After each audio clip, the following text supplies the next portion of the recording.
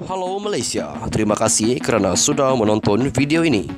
Sebelum kita bermula, sila pertimbangkan untuk tekan butang subscribe, like dan share. Berita perkembangan politik semasa dalam negara, perkembangan negara dan semuanya ada di dalam channel ini. Terima kasih kerana sudah menonton. Hai, hello Malaysia, selamat malam tuan-tuan dan puan-puan. Perkongsian berita malam ini dipetik daripada syahbudin.com.net. Sedekah atau sumbangan, ia tetap rasuah, jelas KP SPRM. Suruhanjaya Pencegahan Rasuah Malaysia SPRM akan menyiasat apa sahaja bentuk rasuah berdasarkan peruntukan undang-undang, bukannya tertakluk kepada pemahaman peribadi, kata Ketua Pesuruhjayanya Azam Baki. Beliau berkata, rasuah adalah rasuah, tidak kira bagaimana seseorang itu memilih untuk menggambarkannya. Kerana undang-undang jelas mentakrifkan apa yang dimaksudkan dengan pembelian undi. Seksyen 10(e) Akta Kesalahan Pilihan Raya 1954 adalah sangat jelas dan apa jua istilah awam digunakan. Mempertahankan hujah adalah tafsiran peribadi semata-mata.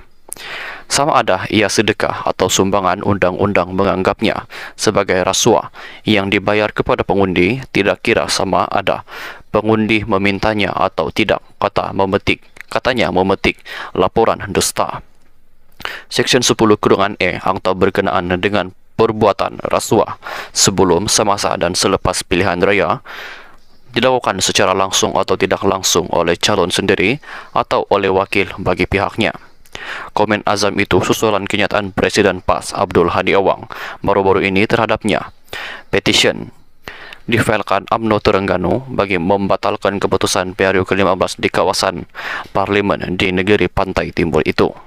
Hadi berkata, mereka yang direkam dalam video menyerahkan wang tunai kepada pengundi hanyalah melakukan kerja amal. Sekali lagi saya bacakan, Hadi berkata, mereka yang direkam dalam video menyerahkan wang tunai kepada pengundi hanyalah melakukan kerja amal. Ahli Parlimen Marang itu berkata, Undang-Undang Pilihan Raya menetapkan hanya calon dan ejen mereka dilarang memberi wang tunai.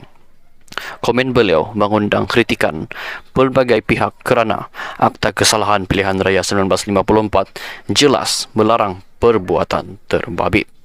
Hai, hello Malaysia, selamat malam tuan-tuan dan puan-puan. Perkongsian berita malam ini dipetik daripada Free Malaysia Today.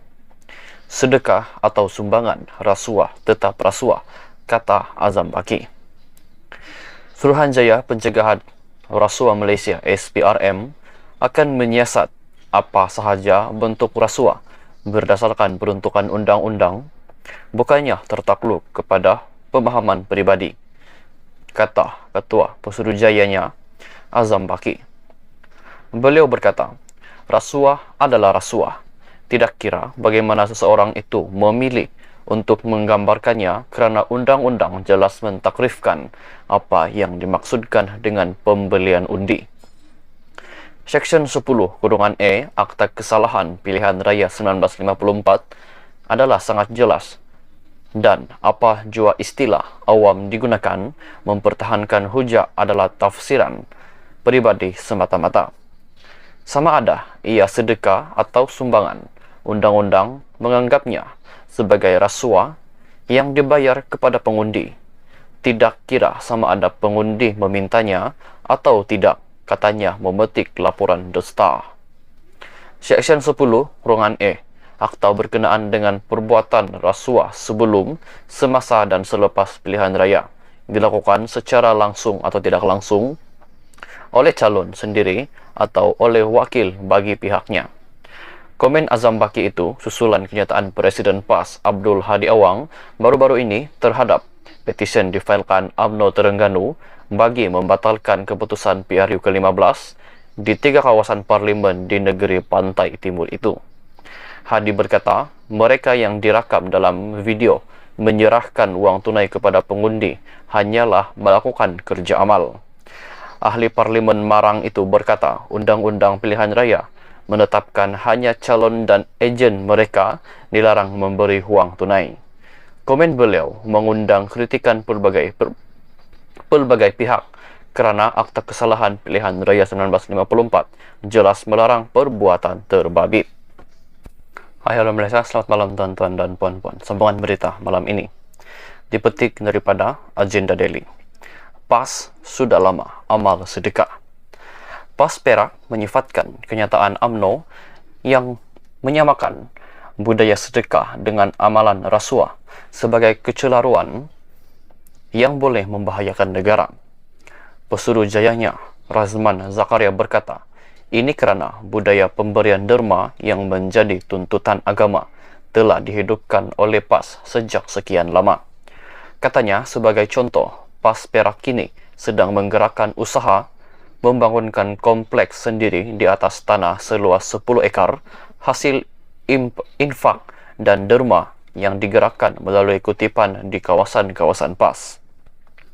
Tambah Razman lagi, semua aktiviti PAS yang dijalankan adalah hasil derma oleh ahli dan rakyat yang menyokong parti sehingga ia dikenali dengan nama Parti Tin Milo. Suka saya tegaskan bahawa budaya derma telah menjadi darah daging dan sebati dalam perjuangan ahli PAS. Mungkin mereka yang biasa bergelumang dengan rasuah melihat setiap pemberian itu bermaksud kepentingan diri.